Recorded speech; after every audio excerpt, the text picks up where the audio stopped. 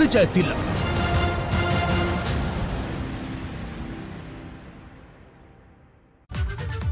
नमस्कार, स्वागत है आपका एबीपी गंगा में। मैं अवधेश। बुलेटिन की शुरुआत करते हैं और सबसे पहले बात करेंगे इस वक्त की बड़ी खबर की। बहुजन समाज पार्टी को वंदना सिंह के बाद एक और विधायक ने झटका दिया।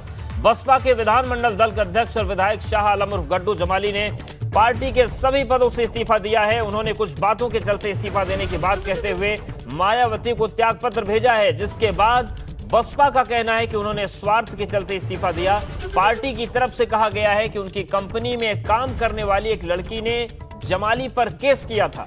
उस मामले में जमाली की तरफ से पार्टी पर दबाव बनवाया जा रहा था कि मामले में सीएम से सिफारिश कर केस को रफा दफा किया जाए, लेकिन पार्टी ने उन्हें कोर्ट जाने की सलाह दी तो उन्होंने पार्टी छोड़ने की बात कही। तो ये गंभीर आरोप लगे हैं पार्टी की तरफ से। बसपा की तरफ से साफ किया गया है कि जमाली ने इस्तीफा अपने निजी स्वार्थ की वजह से दिया है। कंपनी में एक लड़की ने शिकायत की थी और जमाली चाहते थे, गुड्डू जमाली चाहते थे कि पार्टी इस मामले में राजनीतिक दबाव बनाए, मुख्यमंत्री के जरिए मामले को रफा दफा किया जाए। लेकिन जब पार्टी ने कहा कि आप कोर्ट जाइए तो उन्होंने पार्टी छोड़ने की बात कही, अपने निजी स्वार्थ में इस्तीफा दे दिया। सपा और राष्ट्रीय लोकदल के बीच 2022 चुनाव को लेकर गठबंधन हो गया है और सूत्रों से खबर है कि राष्ट्रीय लोकदल को 40 सीटें देने पर सहमति बन चुकी है। हालांकि गठबंधन का औपचारिक ऐलान इसलिए भी नहीं हो पाया है कि अभी 36 सीटों पर फैसला हो गया है, लेकिन 4 सीटें ऐसी हैं जिसको लेकर बहुत जल्द फैसला होने वाला है। खबर है कि अखिलेश और जयंत की 7 दिसंबर को मेरठ में संयुक्त रैली होनी है और उससे पहले ही गठबंधन का औपचारिक ऐलान हो जाएगा। सूत्रों से यह भी जानकारी मिली है कि गौतम बुद्ध नगर की जेवर सीट पर भी राष्ट्रीय लोक दल चुनाव लड़ सकती है। इसके अलावा जयंत चौधरी की तरफ से अवध की कई सीटें मांगी गई हैं।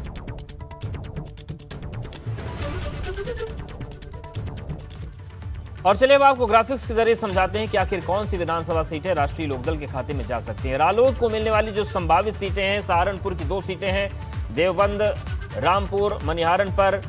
सहारनपुर की बाद हम बात करें तो मुजफ्फरनगर की 5 सीटों पर रालोद लड़ेगी, जिसमें मुजफ्फरनगर शहर, पुरकाजी, मीरापुर, खतौली, बुढ़ाना पर यह लड़ाई होगी। बिजनौर में बिजनौर सदर और नटहौर सीट पर रालोद चुनाव लड़ सकती है। इसके अलावा मेरठ की 2 सीटें हैं, मेरठ कैंट, सिवाल खास। शामली की भी 2 सीटें हैं, शामली, थाना भवन। बागपत की बात करें तो 3 सीटों पर रालोद लड़ेगी, बागपत, बड़ौद, छपरौली। गाजियाबाद में 3 सीटों पर मोदीनगर, मुरादनगर, लोनी। हापुड़ की 1 सीट है, गढ़मुक्तेश्वर। अमरोहा में 1 सीट है, नौगांवा, सादात। मुरादाबाद की 1 सीट है, काट सीट। बुलंदशहर की 2 सीटों पर भी रालोद लड़ेगी, जिसमें बुलंदशहर, अनूपशहर सीट है। अलीगढ़ की 2 सीटें हैं, खैर और इगलास सीट। हाथरस की बात करें तो हाथरस में भी सादाबाद सीट पर यह लड़ाई आरएलडी की तरफ से होगी। मथुरा की 4 सीटें हैं और ये सीटें हैं छाता, बलदेव, गोवर्धन, माठ सीट। आगरा की 3 सीटें, फतेहपुर सीकरी, दयालबाग और आगरा की। और ये पूरी तस्वीर है, 4 सीटों पर पेच फंसा हुआ है।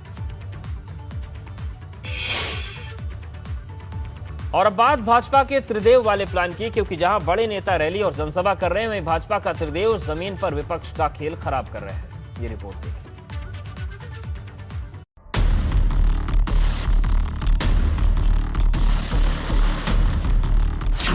भाजपा का त्रिदेव प्लान, यूपी फतेह का ऐलान। पल पल बदलती सियासत से मचा घमासान। 22 की जंग में फतेह के लिए भाजपा ने रणनीति का ऐसा ताना बाना बुना है कि अध्यक्ष से लेकर ब्लॉक प्रमुख तक विपक्ष का खेल बिगाड़ने में लगे हैं। और इसके लिए भाजपा ने हथियार बनाया है त्रिदेव, जिसमें बूथ लेवल एजेंट, बूथ प्रभारी और पन्ना प्रमुख की तिकड़ी लोगों में भाजपा के लिए माहौल बना रही है। 1100 के करीब मतदाता है हमारे यहाँ और 50 के करीब हमारे पन्ना प्रमुख हमने सरप्लस बनाए हुए हैं। और जो लोग एक्टिव है उनको जिम्मेदार, उसके साथ में जो 50 बनाए उसमें सहायक भी बनाए हुए हैं पन्ना प्रमुख, जिसके कारण और नियमित सर्वे निरीक्षण घूमते हैं हम। भाजपा का ये त्रिदेव काम कैसे करता है, जरा इसे भी समझ लीजिए। सबसे पहले बूथ प्रभारी अपने सहयोगियों की बैठक लेता है, जो रोजाना होती है। इसके बाद समीक्षा होने के बाद बीएलए और पन्ना प्रमुख अपनी अपनी मंजिल की ओर बढ़ते हैं। क्षेत्र के बीएलए वोटर लिस्ट लेकर पन्ना प्रमुखों के काम के प्रति बढ़ती जा रही सावधानी और संवेदनशीलता को हर कसौटी पर परखते हैं। जब इनके पास जाते हैं तो सरकारी उपलब्धियां बताते हैं, जो भी उनकी रही है योजनाएं वही उनको टैली करते हैं, और जिनके यहाँ कोई समस्याएं होती हैं, जो जन समस्याएं होती हैं, उनको विधायक जी के द्वारा या किसी के द्वारा उसको हल किया जाता है। रामकिशन नगर बूथ के 50 पन्ना प्रमुख में से एक हैं पवन गुप्ता।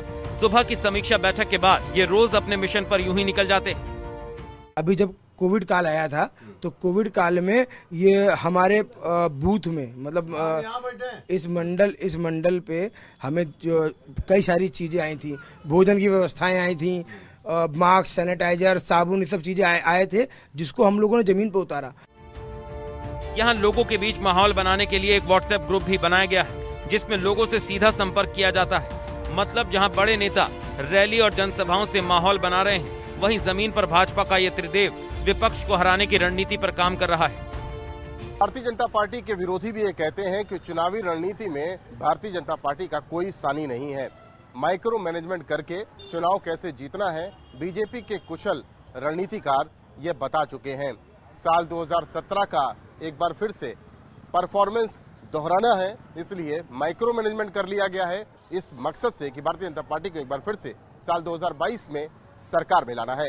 कानपुर से कैमरामैन पंकज निगम के साथ रतीश त्रिवेदी, एबीपी गंगा।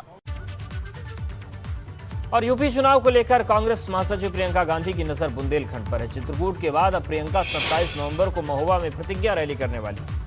इसे लेकर यूपी कांग्रेस अध्यक्ष अजय कुमार लल्लू ने वहां तैयारियों को देखा, साथ ही सरकार पर जमकर हमला बोला।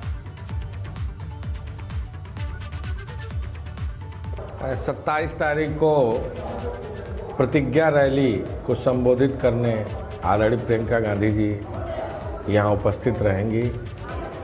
जो कांग्रेस पार्टी ने प्रतिज्ञाएं ली हैं, आदरणीय प्रियंका गांधी जी ने जो प्रतिज्ञाएं ली हैं, उन प्रतिज्ञाओं को यहाँ बुंदेलखंड की जनता को संबोधित करने का काम करेंगे। जो कल तक सपना था वो हकीकत बनने की राह पर निकल पड़ा है, क्योंकि प्रधानमंत्री मोदी ने जेवर एयरपोर्ट का भूमि पूजन कर पश्चिमी यूपी के लाखों करोड़ों लोगों के सपनों में इंटरनेशनल पंख लगा दिए। इस दौरान पीएम मोदी ने कहा कि जेवर एयरपोर्ट कनेक्टिविटी को आसान बनाएगा, ये यूपी को अंतर्राष्ट्रीय बाजारों से सीधे कनेक्ट करेगा। किसान फल, सब्जी, मछली को जल्द एक्सपोर्ट कर पाएंगे। मेरठ की स्पोर्ट्स इंडस्ट्री, आगरा के पेठा को विदेशी मार्केट में पहुंचने में आसानी होगी। इस दौरान उन्होंने विपक्ष पर भी निशाना साधा। एशिया का सबसे बड़ा एयरपोर्ट आज उसका शिलान्यास, तालियां आपकी आवाज है। वृंदावन बांके बिहारी लाल की प्रतिमा उपहार स्वरूप भेंट की जा रही है माननीय प्रधानमंत्री महोदय को।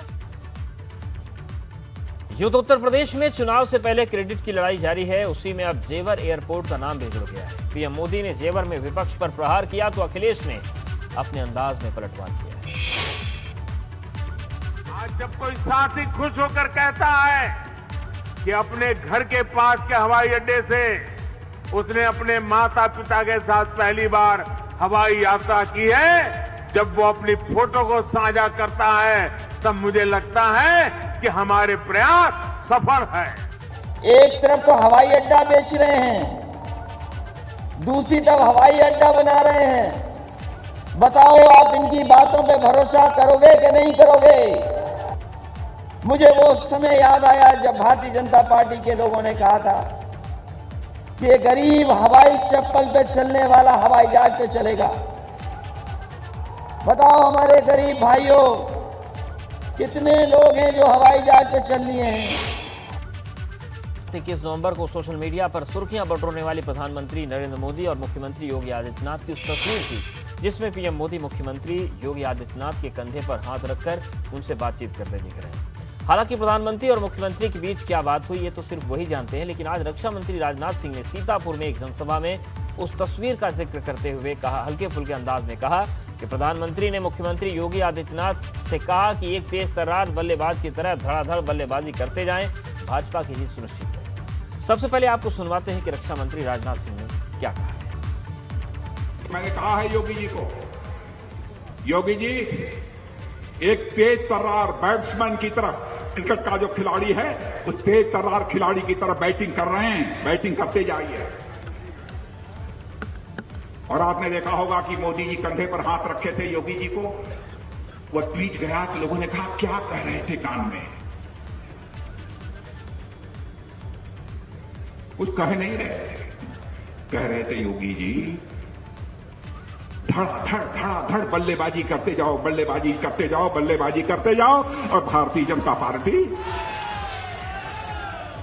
को शानदार विजय होकर रहेगी। उत्तर प्रदेश में अपनी पार्टी की जड़ें जमाने में लगे हुए ऑल इंडिया मजलिसे इत्तेहादुल मुस्लिमीन के अध्यक्ष असदुद्दीन ओवैसी ने कृषि कानून वापसी के बाद एक बार फिर नागरिकता संशोधन कानून के मुद्दे को हवा देते हुए केंद्र सरकार से सीए वापस लेने की मांग की। असदुद्दीन ओवैसी आज पूर्वांचल के जौनपुर में एक जनसभा करने पहुंचे, जहां मुस्लिम समाज को अपने पाले में लाने के लिए ओवैसी नमन से एक बार फिर नागरिकता संशोधन कानून को वापस लेने की मांग उठाते हुए कहा कि केंद्र सरकार को किसान कानूनों की तरह सीए भी वापस लेना चाहिए। असदुद्दीन ओवैसी ने पीएम मोदी पर निशाना साधते हुए कहा कि नागरिकता कानून की वजह से सिर्फ मुसलमानों को ही नहीं बल्कि दलित और पिछड़ों को भी निशाना बनाया जाएगा। वहीं उन्होंने योगी सरकार को घेरते हुए कहा कि यूपी में विकास के दावे हवा हवाई। बनारस एयरपोर्ट से आ रहे थे, विकास हम खुद देख लिए, गाड़ी चलती नहीं है। ऐसा दिखता है कि खड्डे रोड में ऐसा लगता है कि खड्डे खुद रोड बन चुके हैं, चलती नहीं है गाड़ी। ये विकास है।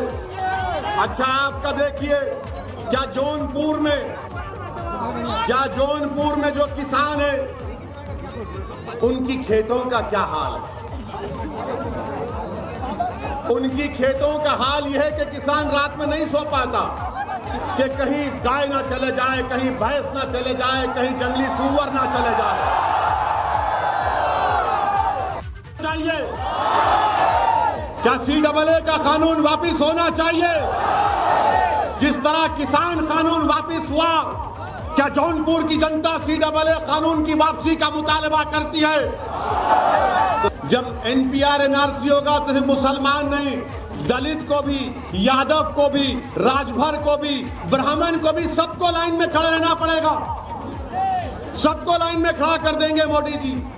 अलीगढ़ पहुंचे पूर्व राज्यपाल अजीज कुरैशी ने जिन्ना प्रेम दिखा। अजीज कुरैशी ने कहा कि लोग कहते हैं कि AMU से जिन्ना की फोटो हटा दो। अजीज कुरैशी ने कहा कि ऐसा नहीं हो सकता, फोटो क्यों हटा दो, बल्कि उन्होंने तो यहाँ तक कह दिया कि AMU में जिन्ना की बड़ी फोटो लगवाऊंगा, किसी से डरता नहीं। माइंड की मुश्किल है, जिन्हें कोई गाड़ी है, कोई फोटा उड़ा दो अलीगढ़ में, क्यों हटा दो फोटो अलीगढ़ में, क्यों हटा दो? मैं कहता हूँ बड़ा करके लगाना चाहिए फोटो, महंगा होता ना है और लार्ज करके लगवाता फोटो यहाँ पे। और कौशाम्बी में सिराथू विधानसभा के नियामतपुर बाग में सुहेलदेव भारतीय समाज पार्टी, भागीदारी पार्टी और राष्ट्रोदय पार्टी की तरफ से वंचित, पिछड़ा, दलित और अल्पसंख्यक महापंचायत का आयोजन किया गया। इस दौरान ओपी राजभर ने कहा कि भाजपा जनता के साथ धोखाधड़ी कर रही है।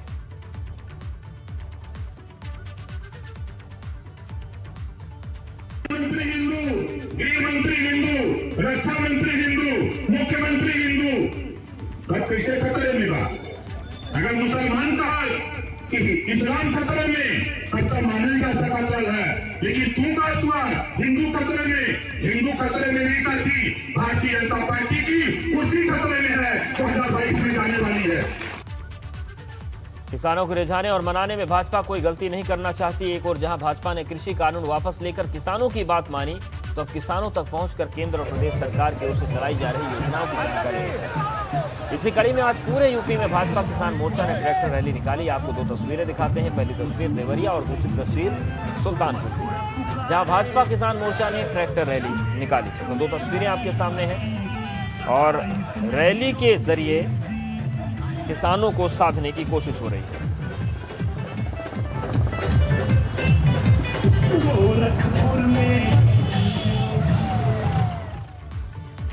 और अब बात प्रयागराज की, जहां पर दलित परिवार के 4 लोगों की हत्या मामले में डीआईजी सर्वश्रेष्ठ त्रिपाठी ने बड़ी कार्रवाई की है। डीआईजी सर्वश्रेष्ठ त्रिपाठी ने एसओ फाफामाऊ रामकेवल पटेल और बीट सिपाही सुशील कुमार को सस्पेंड कर दिया है। दरअसल वारदात प्रयागराज के फाफामाऊ थाना क्षेत्र के गोहारी मोहनगंज गांव में हुई थी। आशंका जताई जा रही है कि गांव के दबंगों ने पुराने विवाद में पूरे परिवार को मौत के घाट उतार दिया। हालांकि पुलिस पूरे मामले की तफ्तीश में जुटी हुई है। और प्रयागराज की बात करें तो वहां पर सामूहिक हत्याओं का सिलसिला चल रहा है। बीते कुछ महीनों में कई ऐसे बड़े कांड हो चुके हैं। संगम नगरी प्रयागराज में आज हुई एक सनसनीखेज वारदात में एक दलित परिवार के 4 लोगों को बेरहमी से मौत के घाट उतार दिया गया है। पूरे परिवार का कत्ल धारदार हथियार से हत्या करके किया गया है।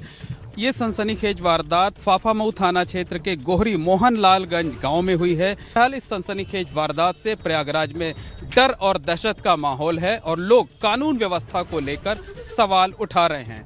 कैमरामैन रोहित श्रीवास्तव के साथ मोहम्मद मोइन, एबीपी गंगा, प्रयागराज।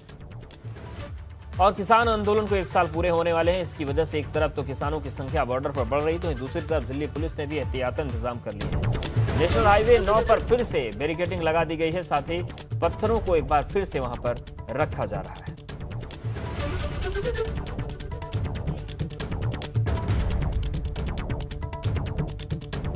पुष्कर सिंह धामी का, जिन्होंने रुद्रपुर दौरे के दौरान पंचायत प्रतिनिधियों के सम्मेलन को संबोधित किया। दरअसल लोक योजना अभियान 2021 के तहत कार्यक्रम रखा गया। इसमें सीएम पुष्कर सिंह धामी शिरकत करने पहुंचे। इस मौके पर सीएम धामी ने कहा कि पंचायत प्रतिनिधि आमजन और सरकार के बीच सेतु का काम करते हैं। अपने संबोधन के दौरान सीएम धामी ने कहा कि उत्तराखंड को आगे बढ़ाना उनकी व्यक्तिगत नहीं बल्कि हम सबकी सामाजिक यात्रा है।